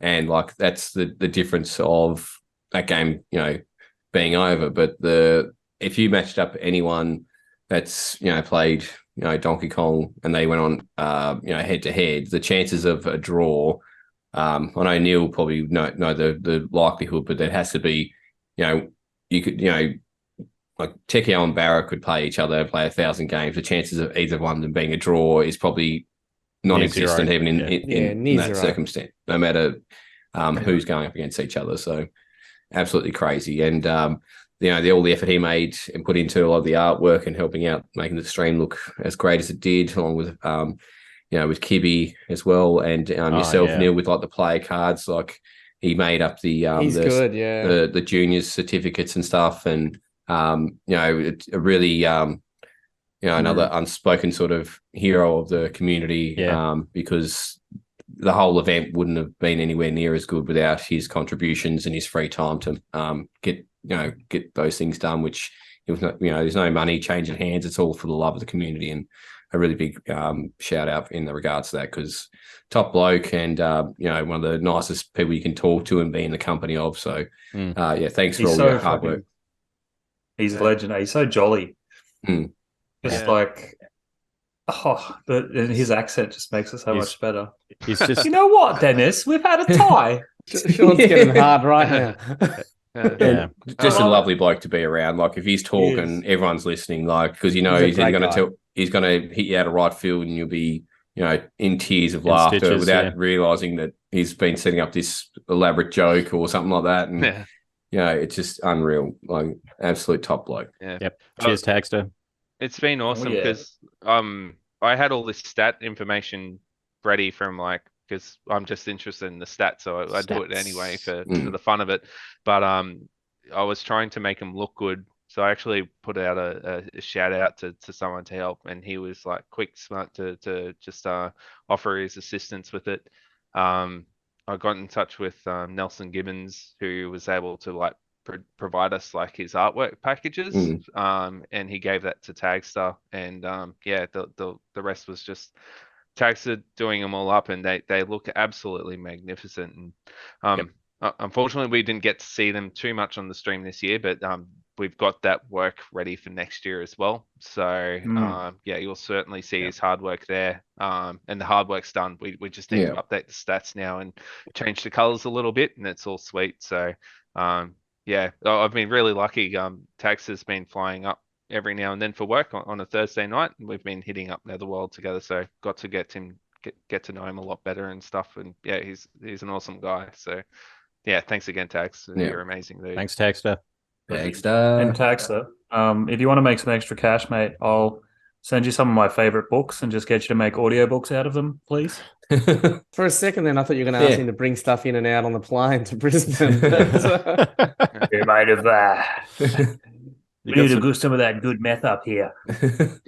I was thinking N64 games, but here we are. Anyway, so good. Yeah. Just stashing in like NES cartridges. Oh, actually, no, he's a Sega guy, so he probably wouldn't do that for you. And then I suppose after the Kong-off had sort of the dust had settled, obviously we all sort of went back to Netherworld. That was great. You know, Matt got to learn a thing or two about his gameplay and stuff like that, which was really a lot of really good insight. Thanks, Phil. So what was the next event after that? Was that then the would have been the two-headed monster comp? Would that that was the Monday or the day after, if I'm not mistaken. Is that right? Yeah, that was the following day after Barra took out the title of Kong Off 6 champion. We the very next day we headed to congrats Barra. We headed to Netherworld for the two-headed monster comp. Unfortunately, I couldn't make that one that evening, but it sounded like it was a pretty good evening. Out of you blokes, which one of you guys had actually attended? I wasn't there for that one. It was Mikey, I think, that went to that because you couldn't make it either, could you, Neil? No, gotta spend some time with the family along the week. Same. Yep. Well, I suppose we can give a bit of a rundown of just the premise of it. So essentially, they had sold at Netherworld. So what it refers to is, if there's a like a fighting game, for example, it's two people using the one controller. So one would be on the joystick, for example, in a fighting game. One would be on the buttons. On the buttons type thing. So now they had that. They had Tapper. Ice cold beer, which is always probably one of the funnest ones to watch. Two people try and do the balancing act. So brutal. Wow. I think they also had I think a couple of the shooting games as well. I didn't get the full list. I know I was there when they were sort of discussing it, but then I was going to catch up with one of my friends. But it's really one of those, everyone's just having a blast and having a laugh, and it's not something that it's taken too seriously. And I think definitely I managed to do it last year, and it was an absolute riot. So if anyone has a chance to do it next year, and obviously you guys will probably talk about it when Mikey gets a chance to jump on. But really good fun, and I think definitely a good way to sort of wind down after something like Kong Off is by doing something fun like that with your mates and that sort of atmosphere. So definitely a great event and a lot of fun for everyone involved. Sure was. The placings for the two-headed monster comp. First place was Shane and Kibby, took it out. Surprise! So no surprise. Yeah, again. Second, hot on the heels were Mikey and Ree. Actually, great team. Strong in real life as well. Yeah. And third was Mark and our mate Matty T as well. So Matt Tolhurst and Mark took out third spot. Pretty good. Game the system. Yep. GTS boys. Even them. GTS. We missed earlier, by the way, the Street Fighter 3 and Ultimate Punch comps? We did, yeah. So that was during the Saturday, the 15th, I think. There was the Street Fighter 3 Third Strike tournament held at One Up Arcade. And also later on in the evening at Brewdog was Ultimate Punch as well. And another reason why I set just one score on DK qualifiers was because I had work to do. So it was kind of good that I actually I set a decent score straight up. So that was on, I think, from 5 p.m. thereabouts. So, yeah, surprisingly, a lot of people had enough of trying to play DK that day and just left, and that was it for the day, which makes a lot of sense. It was qualifying day was interesting for everyone because we just think, like yourselves, a lot of people just it was just a difficult day to play DK, and that DK does that. It's difficult at the best of times, but yeah, wow. And the trophies were very much the same vein as the level 3 comps. They looked absolutely unreal. I'm sure we've got a photo or two to share of those, but I didn't have too much to involve, but I just remember seeing the had a custom fighting stick as well with like the BPAC graphic on the front as well for the first place, which looked absolutely killer. So Ultimate Punch logo with which is Fistman. And so Fistman this year was like doing like the metal sign and had like a mullet on the back of his hand, and it was really good. I thought that's what they called you, Danny. Fistman. that was back in high school, mate. Classic. That's what Neil's mum calls you, right? Almost a full podcast. Not even. One thing about those two competitions, the fighting competitions, they got 18 and 20 competitors in both of those comps, which is just fantastic. Wow. That's big numbers considering. Like, I just had a look. There was 36 for Kong Off, which is like, that's kind of like the marquee event, really, isn't it? So that awesome turnout for those two. And certainly probably stamp themselves into the calendar for next year, hopefully. Definitely. 100%. Cool. And so that happened after that. So the One Up team comp that was held. There was an event, a first off event that was the brainchild of Marcus from One Up Arcade, the manager from One Up Arcade. They came up with the concept of Battle Royale, which for you guys who have played Tony Hawk skateboarding before, it's a pretty similar concept to one of the mini games that you play there called Graffiti. So in Tony Hawk's, where you have like a lot of there's a lot of things in a course where you can trick off of, and it marks the piece of equipment or whatever it is that you've done the trick off with a red or a blue, depending when you're playing 2-player, and it's all about the tally in the end in this type of game in Tony Hawk's, where whoever does the most amount of tricks off of any piece of equipment in a course wins the round. Well, same concept, but with arcade and pinball cabinets throughout the whole venue. So it was pretty awesome. It started with white balloons on top of every single arcade machine and pinball machine throughout One Up Arcade. And so it was to indicate that machine or piece of equipment was still neutral. And so what happened throughout the event was that as either a member of the red team or the blue team got the qualifying score, which was written on a card on each of the either the arcade or pinball machines, then that became a red machine or a blue machine. And so whoever got most in one way or the other then wins the event. So in the end, I think it was the red team that won. I was on team blue, and we lost, which was a shame. But, I think Steve Holmes and John Tannehill were on the red team. I think their score overall was about 42 different machines, whereas blue team was on 36 in the end. And so we did rather well. It was a huge event, and that a few people at least that were there and were able to pop by for the event said it was like their favorite event out of all of BPAC, which is a huge call. And it was really nice for something good and fun to be held at One Up Arcade, and everybody had a great time. So it sounds unreal. Like, I'm definitely not missing that one next year. That sounds like a blast.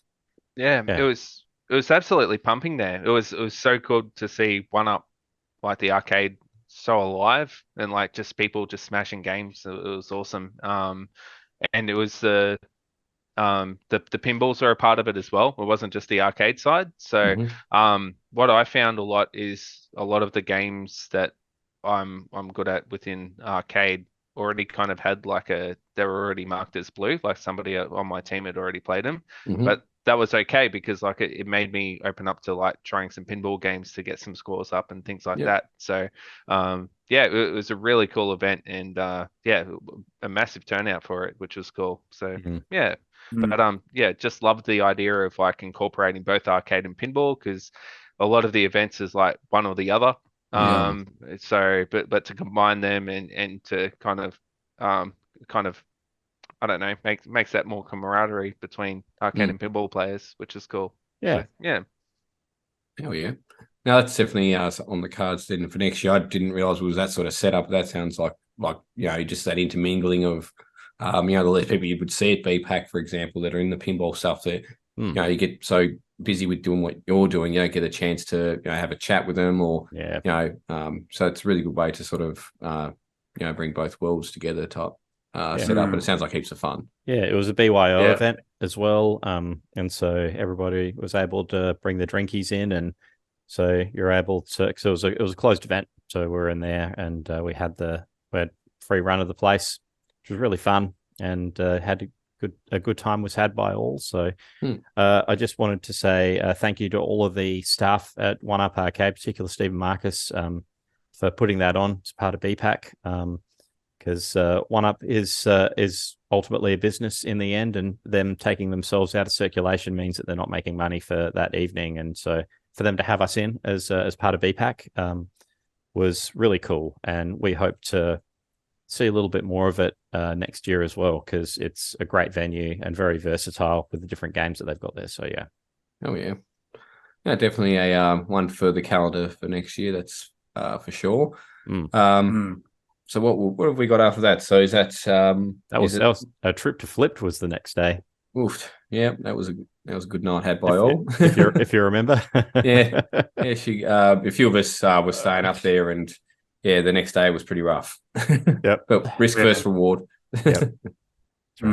That was just a trip there, right? There wasn't like comps or anything. You just went and checked out Flipp'd, saw Gerry, and enjoyed yourselves. Basically, yeah. Yeah, it was great. Go and hang out with Gerry for the day. Yeah, it was good. Yeah, that was heaps of fun. Matt's like, what? You wouldn't have gone feeling the way that you felt, Matt? If I had been up there, I would have went. Absolutely. Gerry's a great guy. He is. Yeah, he's fantastic, and I always enjoy. Like, I'll never miss one. It's fantastic going up there. It's yes, it's a bit of a trek, but it's totally worth it. And one thing that I really love about Flipp'd, this venue, is that they're continually evolving and developing, and that their venue looks awesome. And it's no wonder. I know that when we went and arrived, I'm sure that Gerry won't mind us telling, but he was sitting there frantically trying to book stuff on his laptop because he's had a bunch of Christmas event orders sent in, and so Flipp'd are already completely booked out for the Christmas season with events, as far as I know. Great. So that's really good to hear, and it's so fantastic to hear that the hard work that they're putting in is really starting to pay off, because it's worth it, and I'm happy to see that for them, and that it's great that they're becoming such a success. So and yeah, we went up there last year, and the place was, in my opinion, looking pretty good last year. But then you can see all the hard work that he's put in going up to this year. I was, almost flabbergasted, just being like, wow, like what you managed to get done, and way you be able to present the place and get all the layout, and it's just got a really good sort of feel good vibe in there, and everything's sort of, I think, really coming to fruition there. And you can see that Gerry does put his heart and soul, and I'm glad that the hard work's now paying off, and hopefully he's reaping the rewards. Just no more F words, please, Dack. Flabbergasted. Oh, extremely colourful language, mate. Calm down. Yeah. I know that the Tasmanian accent can be, a bit too Australian for some people. Like, Yeah. actually on the Fa-zack-er-ley on the when I was doing commentating with Aaron, like I'd say something to him and he's like, "What did you just fucking say?" Mate, I'm like, what? "Yeah." I'm just like, I had to slow down my speaking just because it's. I think Tasmanians are just that that literally a different breed or inbreed, however you want to look at it. So The accent's just too broad. You're allowed to make that joke, right? that's right. Yeah. And Matthew was a honorary Tasmanian there for a little while. For 1 year, it was an experience that I'll never forget. They didn't have Santa come down the main street, mate. They had the giant chicken came down the street at Christmas time. There you go. Oh, chicken prawns. Without being from Tasmania, They don't understand it. The context. I didn't understand it before I moved to Tasmania. I'm like, why are the kids out in the street and why there's a giant chicken throwing lollies at them? I don't understand. What happened to Santa? And then I understood it's just a Tasmanian thing. It is a Tasmanian thing. So, fun fact, North Melbourne, the football team, Geoff's team, you mean? Yeah. They almost were going to be located within Tasmania. Yeah, the Tasmanian team. So who knows what could have happened to Geoff? Could have been living next to Denny. And he would have been Tasmania's greatest Donkey Kong player. Yeah, he could have been. It'd be like pretty much the premier if he did that. So Yep. Geoff would have been the embarrassment to Tasmania then. Yeah, that's right. Tasmaina. Tasmaina. Yeah. Classic. Yeah. Good time. One thing I was going to mention before we whip around to the following day, that one thing that we did do as part of the folks that got a lift up with me would have noticed that we had an entire damn arcade cabinet at the back of my car that we took up for Gerry as well. So I've had a Scramble arcade machine that I'd been restoring for a while. It was Johnny Bond's Scramble that he managed to pick up that was basically a shell, I think. And so I'd restored that, and I have basically just given that to Gerry. And so that's living up at Flipp'd at Toowoomba now. So Rad. Yeah, nice, that's freshly restored Scramble for all the good folks up there to play. So enjoy and hope you love it. Did Barra put up a good score on it? I think Barra was too busy drinking beers. He was. He was. Was there anything else that I've failed to mention, Dack, for the trip to Flipp'd? Not really. Again, it was just. I think that was just a sort of a wind down, sort of catch up with mates. Not sort of, got a few games of pinball and stuff like that in, but it was just more of a just sit around and have a laugh and catch up properly and not be like obviously usually at something like whether it be BPAC or everyone's a bit short on time, so it's just a good sort of sit back and enjoy each other's company. Yeah, it was a good decompress. Sit up there, have a few beers, good feed. And just chill out in an awesome venue. It's good. Hell yeah. The following day, so I came back that evening with my carload of folks. So I drove up and back there again. Probably do so again next year too, just because I can carry a few people in the car, which is good. The next day was the Thursday, the 20th, and that took us for the Teams Royale, which is my favorite event out of all the BPAC.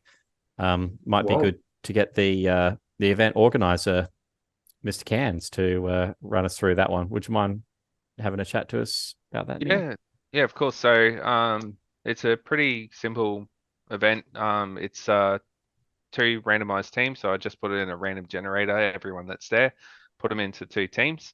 And it's all the games, all the arcade games that BPAC are in the competition.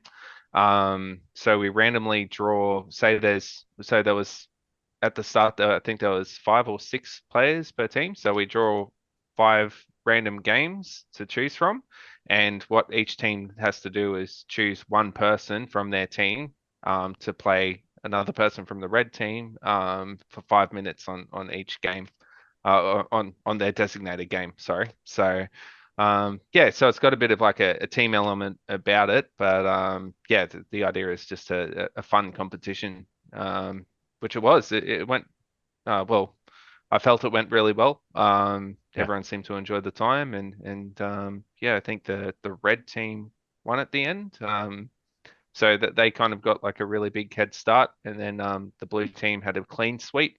They won every game in one of the rounds, which tightened the game competition a bit. And that was pretty much it. Yeah, and I think it was one of the. I know Barra's team didn't win, which is rare. So Let me turn off that for a sec. So you can see that. That looks nice. Oh, that's lovely. Little medallions handed out. And I believe there will be shirts next year, which will just read "I beat Barra at something." So, classic.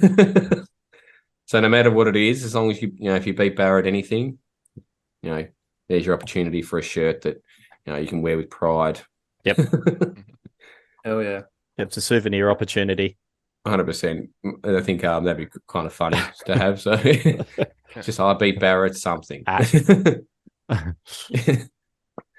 right. Well, let's bring us on to Friday. So we'll sort of, I guess, sort of revert back to the 64 comp. So we'll let Shaun take the reins here, mate. So, Shaun, floor is yours. Shaun, Yes. So we had a tent set up, which ended up being relocated to a better position, I'd say, because 100%. We also ended up setting up a stage between the two rows of arcade cabinets. And that served as the streaming stage as well as the announcing stage. And it just looked really awesome. Kind of looked like someone had taken their parents' basement, or a little cutout of their parents' basement from like the 90s, and put it in the middle of two awesome rows of arcade machines. Yeah. With like the BPAC banners behind it, hanging or hiding the scissor lift. And had the stream set up, had 4 64 consoles, 16 refurbished N64 controllers. So guy on eBay who does the joysticks, I think he put some kind of lubricant in there. Gummy substance. And make sure he has like good quality sticks, and that's what he sells. Yeah, a gummy substance of some sort. And all the controllers were they were all the same color, which was cool. They were all gray.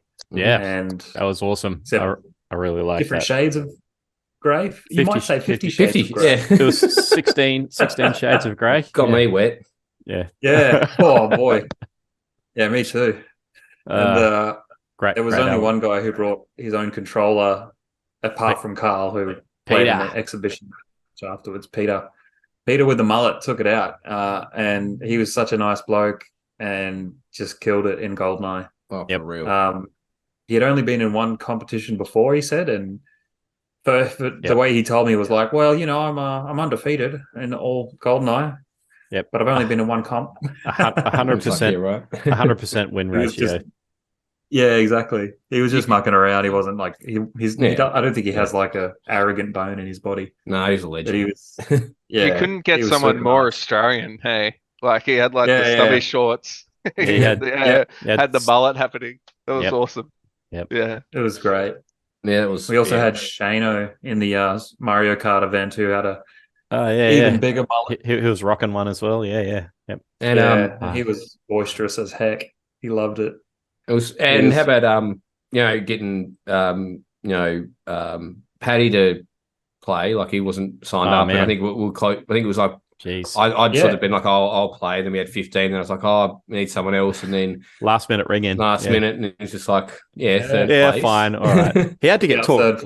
He had to get talked into it, didn't he? That he was like, I just want to sit there and watch. And I think it might have been you, Dack, that said, just come in and play. Stop being a coward. And classic. It all works a treat every time, that one. Then you say to someone, don't be a coward. It's like, all right, I'm in. Yeah. Oh, all right. What'd you call me?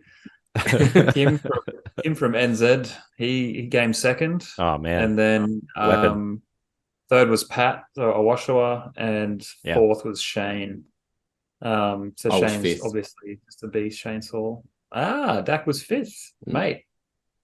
N64 King over here. Yeah. And only thing better is Mega Drive. Aladdin on the SNES. He'll hang up. Gaslight me all the time. Shit. It's not gaslighting if it's the truth. Fuck off, you fucking bunch of dogs. Good times. Yeah, Classic. that was great comp. It ran really smooth. Everyone got a fair go. Like, I don't know if anyone was out after 3 rounds, so I do think everyone got 4 rounds. At least. Actually, it would have been 4 for me. Yeah, actually. So I think I was on 7 strikes at one point. So it was a bit out of practice. And Carl was like a great host. You know, he didn't do like as much as the sort of up on stage type thing, but you know, getting a bit of a chance to have a chat with him, and I pushed him aside. I was like, Carl, it's my time to shine, mate. Yeah, Carl, please. Yeah, no one's here to see you. I'm the absolute legend. In all seriousness, Shaun, you fucking crushed it, man. Yeah, you did. Yeah. For running your first event and everything. Yeah, and you knocked it out the park, mate.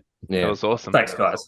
And just I think that sort of insight, but that sort of sense of humor, like it sort of makes a big difference, I think, to an event like that. So makes everyone feel at ease, and makes there's not that there was any tension, but it's sort of, if you had someone a bit more stiff up there, it would sort of feel more like you're more of playing with your mates. Yeah, it's not a fun, not as fun an atmosphere, 100%. Yeah, and I think it absolutely killed it, and like the commentary and everything was just spot on. Going back and watching like some of the things. It's only other thing would be like a bit of a shame you couldn't hear like the players sort of thing, like so you couldn't hear the banter. But these are the sort of things that next year we need to mic them up. Try and that would be pretty cool, to have people. Yeah, maybe on the stage we could have like 4 mics that people put on. Or just a mic hanging over. Yeah, just hanging over. So then you get that real lounge feel. Get me as a boom mic operator on top of everything else, and I'll just sit there with the boom mic and just capture the... Need to make sure that old mates, you probably got to have your level set if old mates playing, because Shane he was loud, but that made it fun though. Like, I loved it. There was a lot of passion in there. There was. Yeah, definitely. During the Mario Kart comp. Wow. Yeah, a lot going on. Felt like a 15-year-old birthday party, where all your mates get together and you just stay up all night playing GoldenEye and Mario Kart. 100%. It had that vibe. That's what I love. With a bit more structure. Yeah. A bit. Of course, but yeah. No, that was great. And then there was the exhibition match afterwards where Carl even brought his own controller. That was so good. That was really cool. Like, that was the biggest thing of him being there, and he actually suggested, like, why don't we do an exhibition match?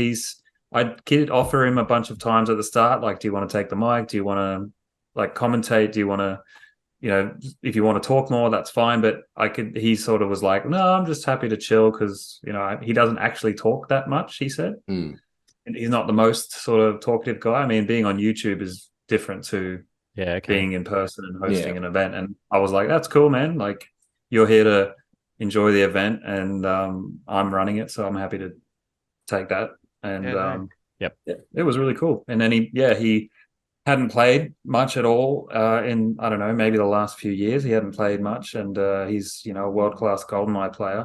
Killed it. He's set like, I think I was talking to him, and I said, like, didn't you set your record when you were like 15 or something like that? I asked him something that was, I think I was wrong, and he was like, which record? I think I've like 100. Yeah. So, not in a cocky way, but it was like a genuine question. Which one? Which one? Yeah. So he got on stage after with like Peter, who no one could really touch in the whole event. Like, he was head and shoulders above everyone else. He had like kill death ratio was like easily 2 kills to 1 death over everybody else who was like, in second place. And 100%. Yeah. But he did hold his own. Like, Carl got 20 kills. It was a first to 20, I think. Carl got 20, and Peter, who came second in that exhibition match, got 14. Yeah. So it wasn't a walkover. Yeah. But also Carl was out of practice. It was still sound. So. Yeah. yeah, so that was great. And then we moved straight on to Mario Kart 64. Yep. Which was so much fun. I actually got to compete in that as well. And did okay. I think I made like the top 10 or something. But I can't remember the full top 3, but someone around here got number 1. They did. Dack, mate. How did that feel? Oh, wow. Wow. I know, winning something.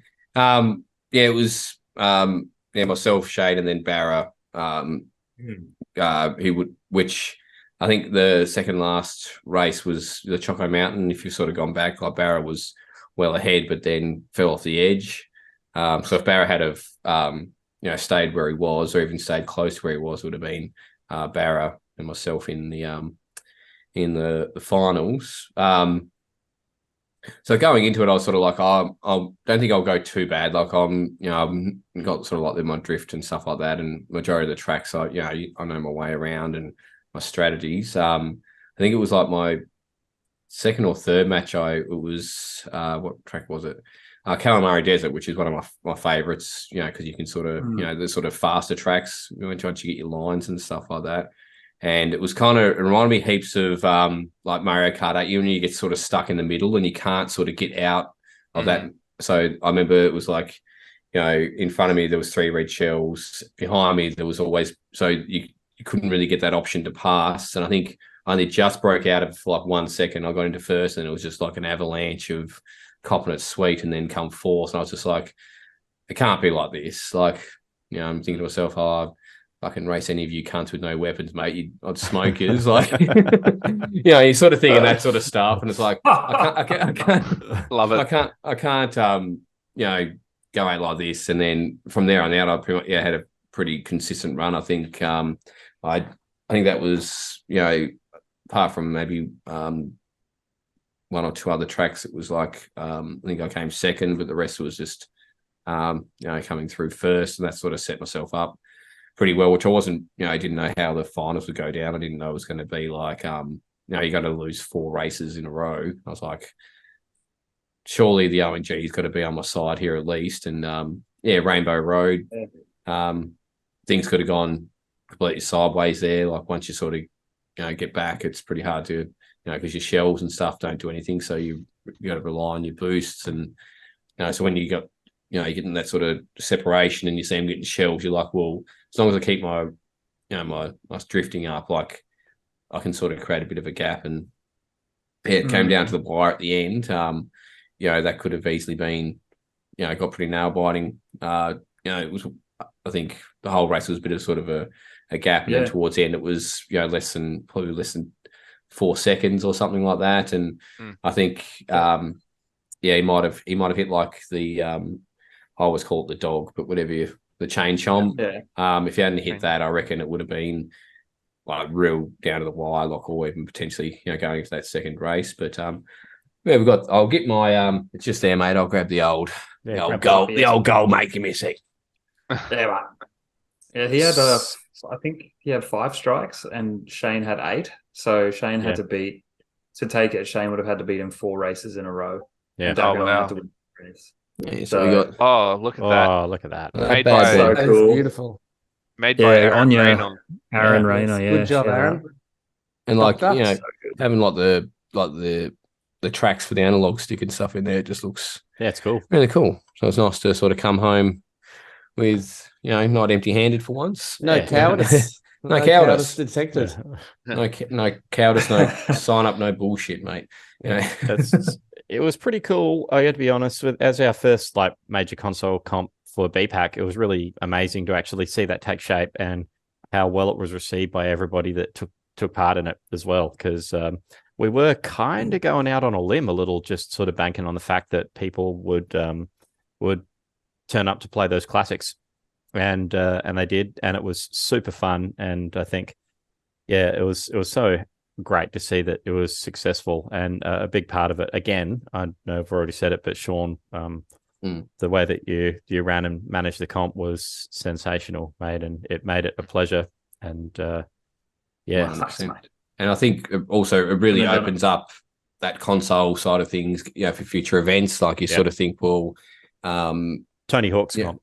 Yeah, and you could, there's so many other, mini comps that you can have, which I think we're starting to realize a bit more. Like, when you talk to people, it's like, if we could have like a mini comp for this, you can have a mini comp for that, and people will likely get amongst it. You can have a little, like a speed run demo and things like that. Yeah, because we've got a lot of time to fill. There's some days where there's not much going on. Like, if you organise it in advance, you could really make it something that's not just classic arcade and pinball related, because classic console gaming's probably bigger than it's ever been. It's classic. It is classic, and people obviously received that comp really well, and I think it's going to be something that people are going to be really keen to go, compete in against next year. And it was absolutely amazing job, mate. So congratulations on doing all that, and absolute legend. Yeah, very happy. Oh, thanks, mate. That means a lot. No, I'm really happy with how it went, and it just made me so happy to just see everyone having a good time. That's what I wanted, and it was quite a success. Shaun, didn't it start with just that you were supplying a couple of consoles for the event? Isn't that sort of how it started off? Yeah, I was just like asked to get the equipment, and I was like, yeah, easy. There's enough of us to sort that out. And then it was Shaun's running the comp because there was a lot going on. So yeah, then I got asked to host the comp, and then co-host with Carl, and then after that it changed to like do the formats, sort of run the whole thing, and also get like 4 CRTs. I was just like, okay, yep. Ended up working out. Like Mike brought a CRT, Dennis brought a CRT. I had mine, and where was the other one from? From Netherworld, I think. Yeah, maybe a Netherworld one. Yeah, that Trinitron on stage. Oof. Oh man, it was heavy. It's in the garage down there. That's a thing of beauty. Sitting next to my back. DK. That thing had to weigh a good 50 kilos or something, wouldn't it? Somewhere, I think it's 45 to 50 kilos. It's heavy. It was a metric ton. You're right. Yes. Yeah, thanks, Denny. And couldn't have moved that without you, mate. Yeah, Ugh. That's all right. It all managed to come together. It was good. Danny, thanks to everyone who gave equipment. So that would be John McIntyre, Neil, Netherworld. I added a few things. Mike, Dennis. If I'm missing anyone, I'm sorry. Even Peter brought a couple of cartridges in the end. Even as well. him. Even him. He did, yeah. We didn't need them in the end. He was there with them ready. It was like just mentioned it, and he's like, and he came up with these cartridges, and he was like, oh, I've got all the save games on. I was like, wow, that was pretty crazy. Yeah, loves it. He was so like primed for it. It was fantastic to see the enthusiasm for the event. 100%. Hell yeah! I hope he grows his mullet until next year, and it's just him and Shane have this big mullet off for the championship. Yeah. Danny, I need to ask you. You got the. It's coming into the finals. You're playing on Rainbow Road. Yeah. You have a good start. You start to go down that first lip of Rainbow Road. There must have been a voice crying out to you to do the jump over to the other side. Like that would have been a great moment if you pulled that off. See, not to sort of toot my own horn enough. If I had gone for that, I still would have won, even if I missed it. Classic. You definitely did just toot your own horn. my drift game, as you can see, is not bad. And if I had the catch-up weapons, mate, forget about it. I should have gone for the old. We used to call it the Jeff Hardy move, like the risk first rewards aren't really there, but if it pays off, it's awesome. So when my mates used to pay, it would be like, oh, I'm Jeff Harding it, and then if you screwed it up, it's like, oh no, I'm Matt Hardy. So if anyone's at wrestling, so you get all the glory, or you end up being, a nobody. Yeah. Oh man, that's great. Absolutely, fun event. I can't wait, to see what we can do, or what you guys can do next year, because it's going to be, BPAC just keeps getting better and better, and to see the sort of ideas come full circle and all everyone's hard work pay off. It really is a, what makes the community, I think. anytime, boys. Like I love getting on here and having a bit of a laugh and catching up. So if you ever get desperate, don't hesitate to reach out. Will do. Whenever I'm desperate, first thing I think of is where's Dack? Not wrong. Classic. Dack from down south. Fa-zack-er-ley. Look, mate, it's Fa-zack-er-ley, not Fa-zack-er-ley. Wow. Good times. Yes. Fuck yeah. How about yourself, Matt, too? Yes. How you feeling, Matt? You're the first person I think of too when I'm desperate. Yes. How am I feeling? I'm a bit tired. I could actually go with a nap right about now, to be quite honest. Nice. Little Maybe siesta on a Sunday. if I have a little nap now and then I do a little bit of schoolwork, maybe I could get a game in later tonight. I like the sound of that. Whoa. Probably not, though. Don't tease me like that. Wow. I'm gonna anyways stream. I'll probably stream in a little bit. Ooh, I hello. can't sleep then. There you go. On a cab. Oh, on a cab. Oh, on a Yeah, cab. in a cab downstairs. Yeah, On give it a the shot. cab. All right. hot. Let's do it then. Give us something to do. Nice one. Yeah, might see us in there, eh? All right, sounds good, buddy. Bye. Thanks for All right. watching. Thanks See for ya. watching. Thanks for Bye listening for and now. watching, everybody.